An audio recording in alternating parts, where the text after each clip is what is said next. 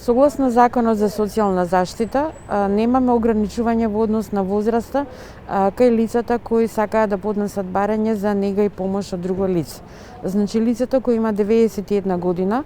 треба да се обрати кај својот матичен лекар за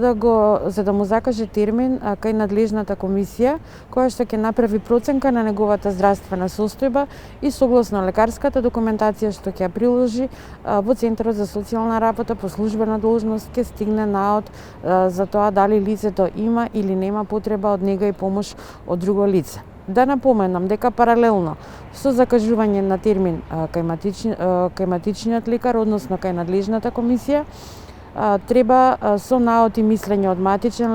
лекар лицето да се обрати во надлежниот центар за социјална работа каде што лицето живее, односно во соодветната подрачна служба. Со себе треба да ги носи фотокопија од медицинските документи, фотокопија од лична карта за болното лице и фотокопија од трансакцијска сметка за да поднесе барање за нега, помош и друго лице. Кога ќе се врати наодот од